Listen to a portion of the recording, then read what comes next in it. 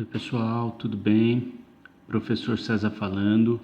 Estamos aqui para mais uma aula de ensino remoto de emergência. Bom, gente, então vamos trabalhar agora no assunto 5, certo? Vamos falar um pouquinho agora sobre os métodos de separação de misturas e também sobre reações químicas, né? Quais são as diferenças entre misturas e reações químicas? É isso que a gente vai ver daqui a pouquinho.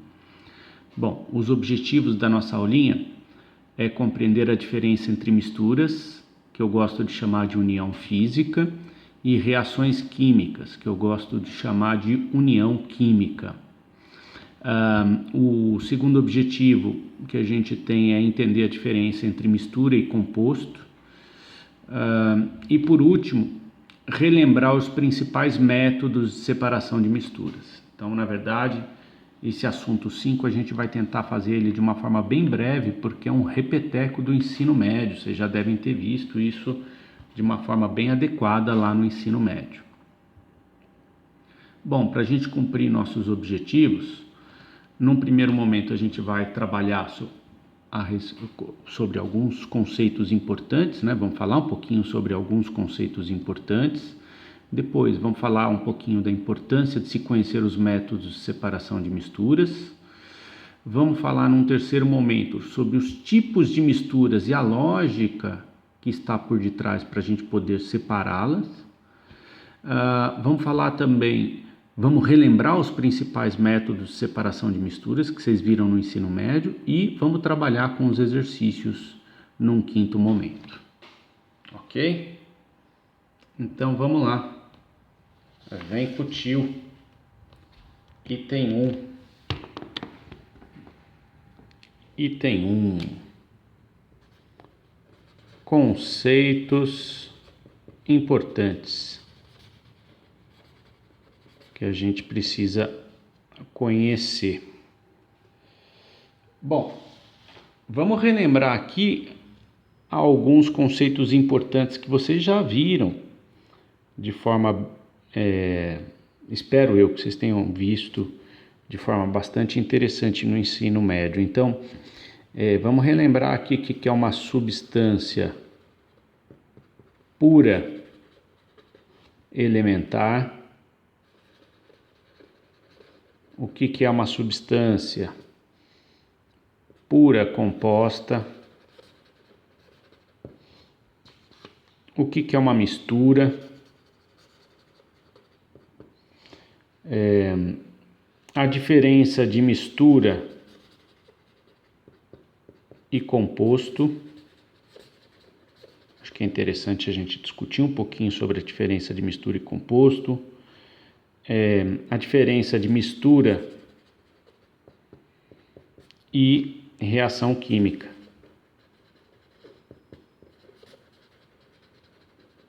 Certo? Vamos fazer isso aqui de forma bem prática. O que é uma substância pura elementar? Vamos lá, ó. Se a gente pegar um becker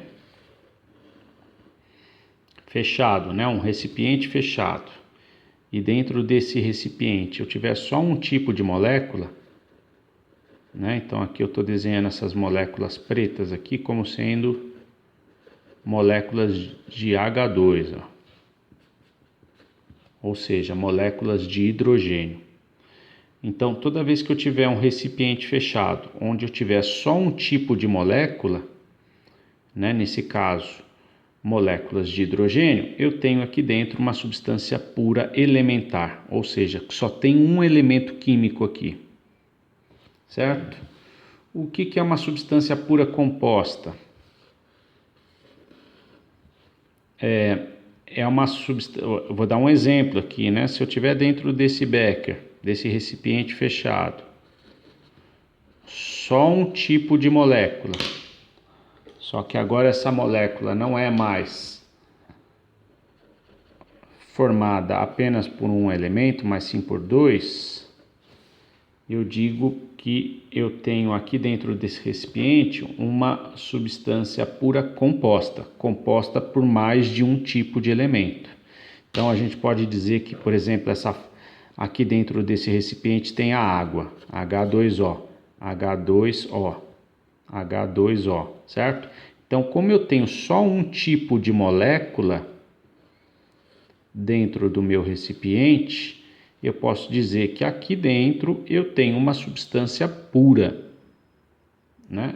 Pura composta por dois elementos.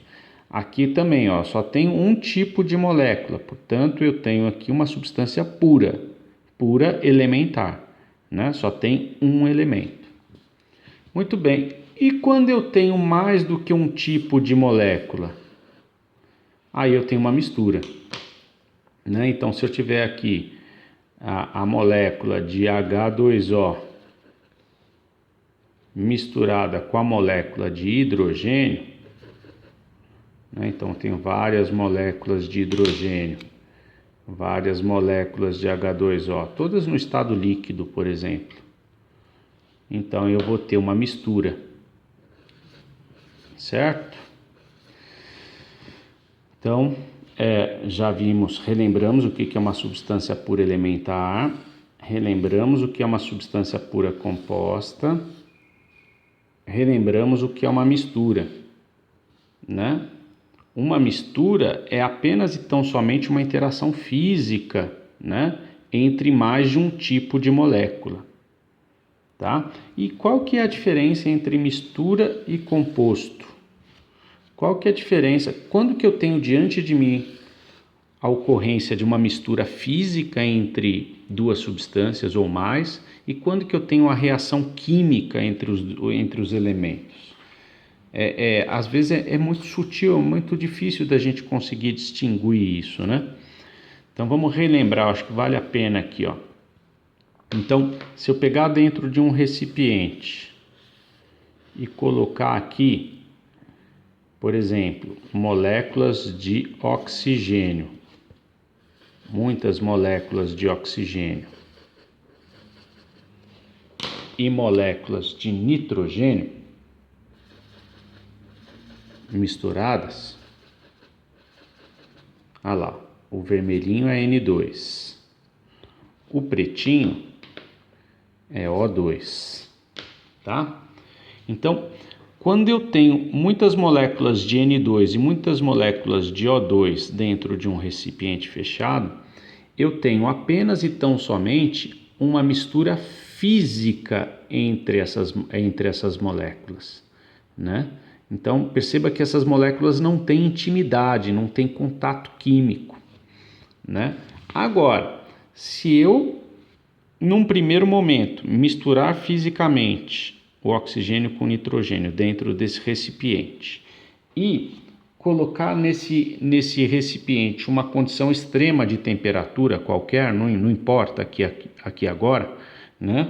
Mas colocar, né? Dar uma perturbada nesse meu recipiente, né? Causar uma perturbação, principalmente com temperatura extrema, o que vai acontecer, né? O nitrogênio vai reagir com o oxigênio, né? Então essas bolinhas vermelhas vão se ligar quimicamente com essas bolinhas pretas, formando uma nova substância, né? Então, quando a gente olha uma reação química ocorrendo diante dos nossos olhos, antes da reação eu tenho alguns tipos de moléculas. Depois da minha reação, eu tenho um outro tipo de molécula, né? Olha lá. Então perceba o grau de intimidade entre as partículas. Eu gosto de falar intimidade, essa palavra é gostosa, né? Sou gostoso. Ai, professor, que lindo, intimidade, né?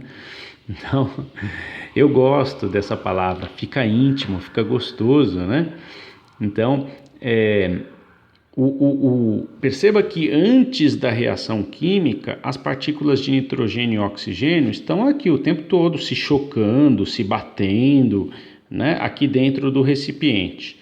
Depois que eu coloco uma condição extrema nesse recipiente, eu meio que starto a reação química, né, e eu formo um novo composto químico, que é o monóxido de nitrogênio, né? Perceba que essas bolinhas pretas, o grau de intimidade entre as bolinhas pretas e as vermelhas, ele aumentou, né?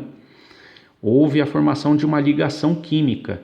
Aqui não, né? A ligação química ocorria só entre o oxigênio e o nitrogênio. Não existia ligação química entre oxigênio e nitrogênio, certo? Depois da reação, eu formei um novo composto, que é o monóxido de nitrogênio. O grau de intimidade entre as partículas, ele mudou, né? O curioso aqui é que, se você reparar bem o antes e o depois, nós temos aqui dentro desse recipiente 2 gases invisíveis. Depois da minha reação, eu tenho só um gás, que também é invisível. A pergunta que não quer calar é: como é que eu sei quando que eu tenho uma mistura física entre os gases e quando é que eu tenho uma reação química ocorrendo entre os gases, formando um novo gás, né? Quando é que eu tenho uma mistura, quando é que eu tenho uma reação química? Quando é que eu tenho uma mistura de substâncias elementares e quando é que eu tenho a formação de um novo composto químico, né? Qual que é a diferença entre mistura e composto? Então, isso aqui é uma mistura química entre 2 gases diferentes. Ó, perceba o grau de intimidade entre as partículas. Esse aqui, quando essa mistura reagiu quimicamente, houve a formação de um novo composto. Então, esse aqui é um composto químico formado, um composto novo. Como é que eu sei, olhando para esses 2 recipientes, quando que eu tenho uma mistura, quando que eu tenho uma reação química formando um novo composto? Bom, vocês devem lembrar lá no primeiro ano do ensino médio, vocês estudaram as tais propriedades específicas das substâncias. Então, meus amores, o que acontece?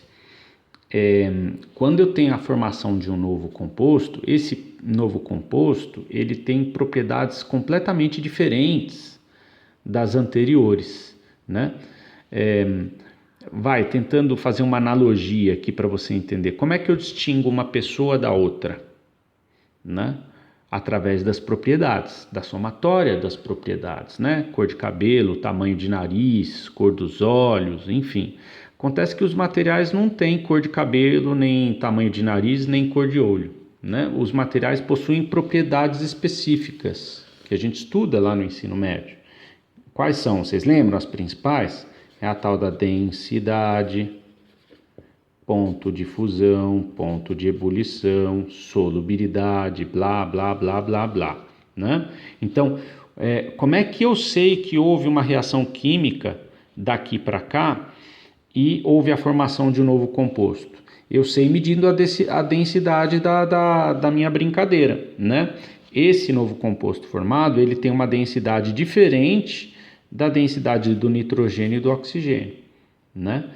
Vocês devem ter visto lá no ensino médio que quando eu tenho diante dos meus olhos uma reação química acontecendo, ela normalmente emite alguns sinais, como a mudança de temperatura, ou esfria ou aquece, mudança de cor, formação de precipitado, formação de uma substância completamente diferente das anteriores, enfim, né?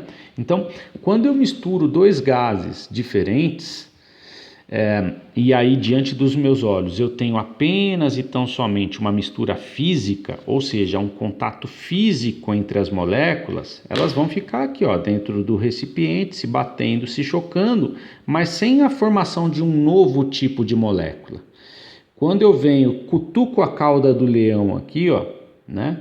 Eu venho e provoco a natureza, e aí, claro, para cada tipo de mistura eu tenho um tipo de cutucada que eu dou, que é diferente, né? Então, quando eu venho e cutuco a natureza, o que acontece? Eu desperto, né? Eu desperto o interesse de uma substância pela outra e há, sim, uma união química, tá? E é claro, aí tem pré-requisito termodinâmico, enfim, tem várias coisas que a gente tem que pensar para entender o porquê que as substâncias se unem quimicamente, tá? Que não é o caso aqui agora, tá?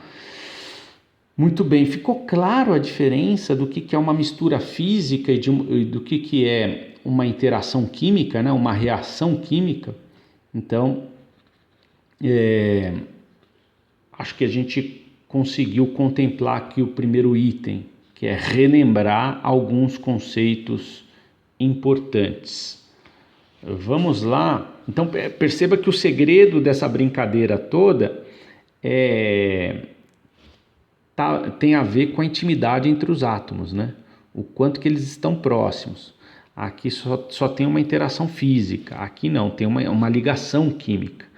Perceba que separar esses caras aqui, ó, é diferente de separar esse cara, né? Para eu separar o nitrogênio do oxigênio aqui, na formação do monóxido de nitrogênio, eu preciso fazer uma reação química para, de novo, conseguir a separação. Aqui não, aqui eu preciso apenas e tão somente fazer uma intervenção física. Então, né?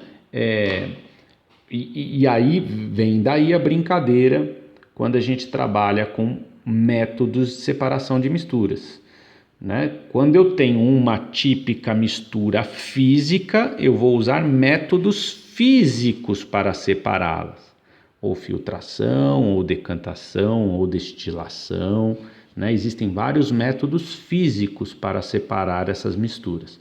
Quando eu tenho uma união química, aí muda, né? A complexidade é outra.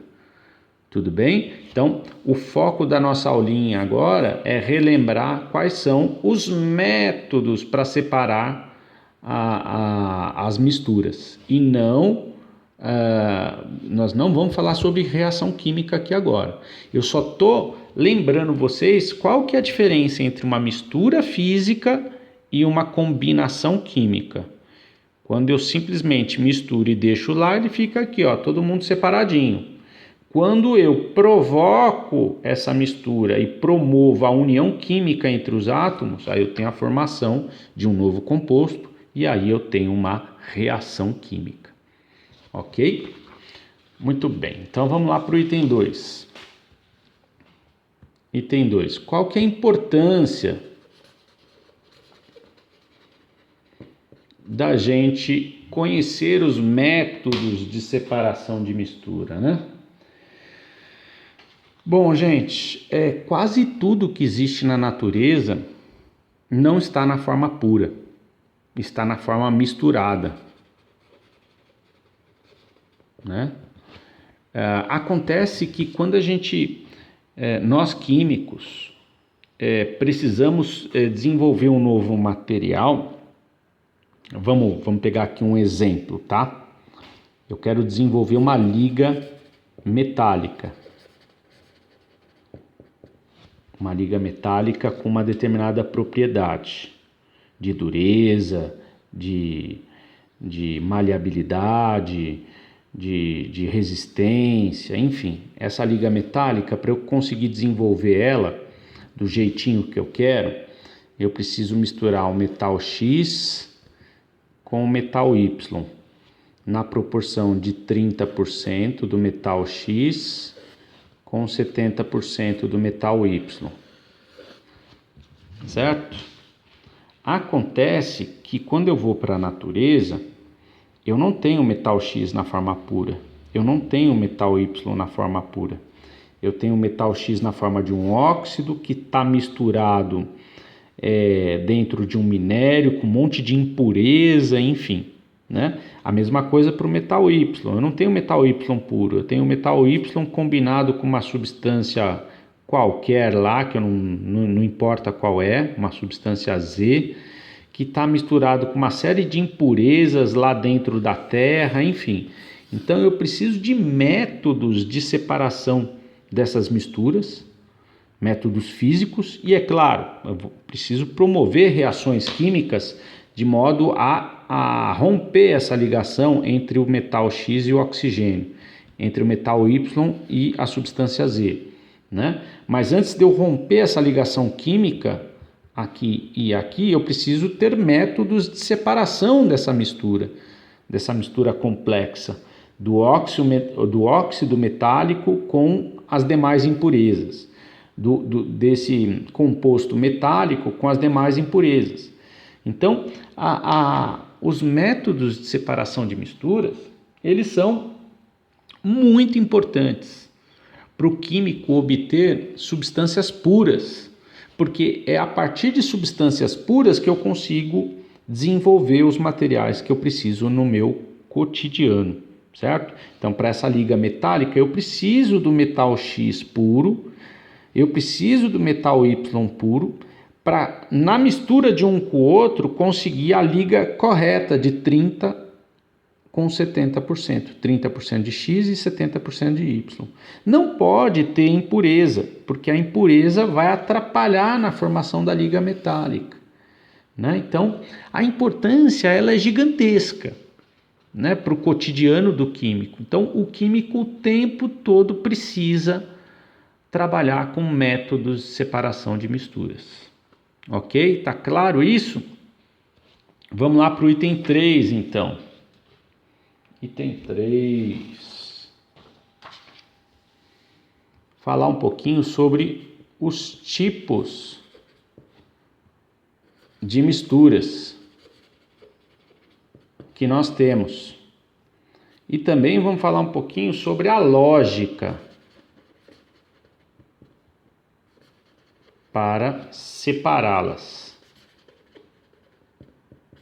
Gente, não precisa ficar decorando tudo as coisas, exatamente as definições do que é uma destilação fracionada, o que é uma destilação simples, né? Aí o camarada pega lá o desenho da destilação simples, decora lá a definição do que é uma destilação simples e tá tudo certo. Não, né? Por que não precisa disso? Nós vamos trabalhar métodos de separação de misturas de maneira prática, né? Não vamos ficar teorizando em cima disso daí não, pelo amor de Deus, já basta a teoria que vocês viram lá no ensino médio, besteira, né? A gente precisa perceber que separar misturas está associado com o nosso dia a dia, está associado com, sei lá, com uma necessidade prática, né? E está associado com a inventividade que a gente tem dentro da nossa cabecinha, sabe? Não vamos tolir isso, besteira, né? Vamos dar um exemplo aqui para você, né? De como é que você usa o método de separação de mistura no seu cotidiano, né? E como é que isso está associado com a situação problema diante de você, né? Está associado com a necessidade prática do dia a dia. Vamos pegar aqui um exemplo prático para você entender. E aí, é claro, daqui a pouco a gente vai falar sobre a lógica para separar. Qual que é a lógica que está por trás de todos os processos de separação de misturas? Vamos lá, vamos imaginar que você pegou um avião daqui para o Rio de Janeiro e no meio do caminho você caiu numa ilha deserta. Nem dá para cair, né? Vamos pegar daqui para a África, Pegou um avião daqui para a África e no meio do caminho você caiu numa ilha deserta, certo? Tá aqui você numa ilha, tá aqui o avião que ficou despedaçado aqui na água, aviãozinho. Olha lá, nossa, eu desenho muito mal. E dentro desse avião tinha uma infinidade de coisas, né? Tá aqui você, né? Tá aqui você numa ilha deserta. Primeira coisa que você faz quando você cai na ilha deserta, procura água e alimento, certo? E aí você descobriu que você está no meio do oceano e não tem água.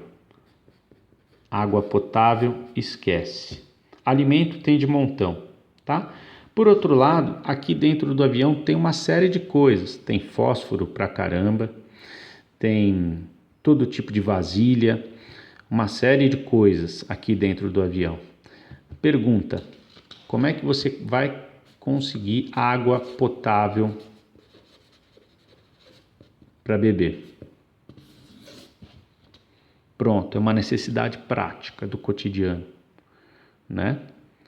Então, a única água disponível que você tem é a água do mar. O que é a água do mar? É água mais sal. Gente, o que é que você vai fazer a partir dos utensílios que você tem dentro do avião para separar a água do sal? Você precisa da água. É dela que você precisa. O sal você precisa descartar. Se você tomar água salgada, você vai ter dor de barriga. Você vai ter diarreia até morrer. Então, o que é que você faz, gente? Eu faria o seguinte. Ó, perceba que isso está associado com a inventividade do ser humano, né? E aí é óbvio que os químicos,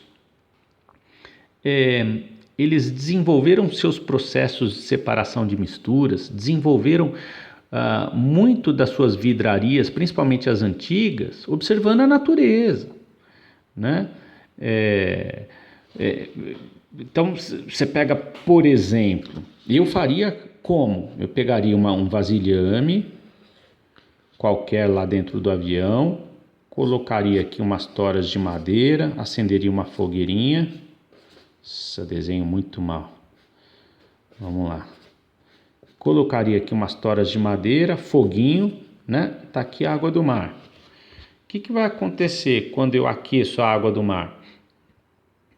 O sal, o ponto de ebulição dele é muito alto. Então essa fogueirinha aqui não dá nem pro cheiro para fazer o sal evaporar, quer dizer, ferver. Mas a água sim, a água, o ponto de ebulição dela é de 100 graus Celsius. Certo? O que vai acontecer? A água vai ferver, né? O ponto de ebulição da água é 100. Quando chegar a 100 graus Celsius, a água vai ferver. E é essa água que eu quero, não é isso? Eu tenho que dar um jeito de recolher essa água. Como é que eu faço? Eu faria o seguinte, eu arrancaria uma janela do avião, que é de vidro, e colocaria a janela assim, ó, deitadinha. Tá aqui a janela de vidro do avião. O que ia acontecer com o vapor de água? Ele ia bater aqui, ia encontrar uma superfície fria, ia condensar, escorrer, e aí eu colocaria uma vasilha aqui embaixo. Para quê? Para recolher essa água. Então esse vaporzinho ia condensar, ia escorrer na forma de gota e ia o quê? Pingar. Certo? Então o que ia acontecer? Nós íamos recolher a água aqui. Dá para beber essa água? Não, porque ela está destilada. Eu colocaria lá umas pedras para fornecer ali um pouquinho de sais minerais e acabou. Água para beber. Gente, que sistema é esse aqui que eu acabei de descrever para você? É uma destilação. É um sistema simples para recolher aquilo que eu preciso. Percebe? Então, da mesma forma que um macaco usa um pedaço de galho para conseguir cutucar uma banana para ele obter o alimento, né?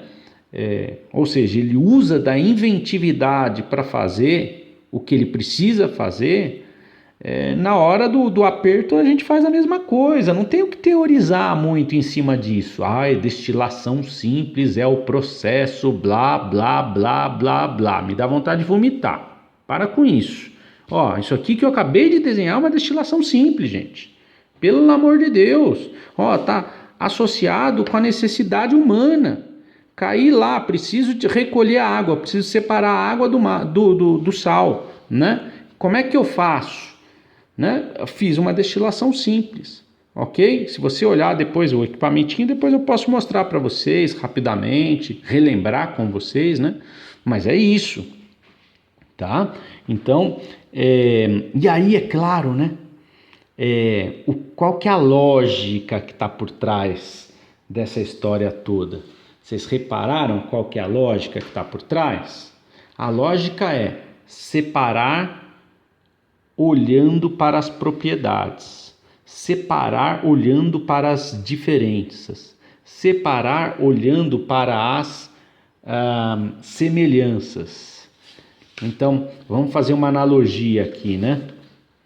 Tá aqui um grupinho de pessoas, várias pessoas. Tá aqui outro grupinho de pessoas. Por que elas se agrupam aqui? Por que elas se agrupam aqui? Por que elas se separaram? né? Tá aqui grupo de pagodeiro, tá aqui grupo de roqueiro. Por que que pagodeiro não se mistura com roqueiro? Vamos pensar nisso e vamos fazer uma analogia com as substâncias. Mas antes da gente fazer isso, eu vou parando o vídeo por aqui, porque está dando 31 minutos, e vou continuar o nosso vídeo daqui, nosso próximo vídeo. Beijo, beijo.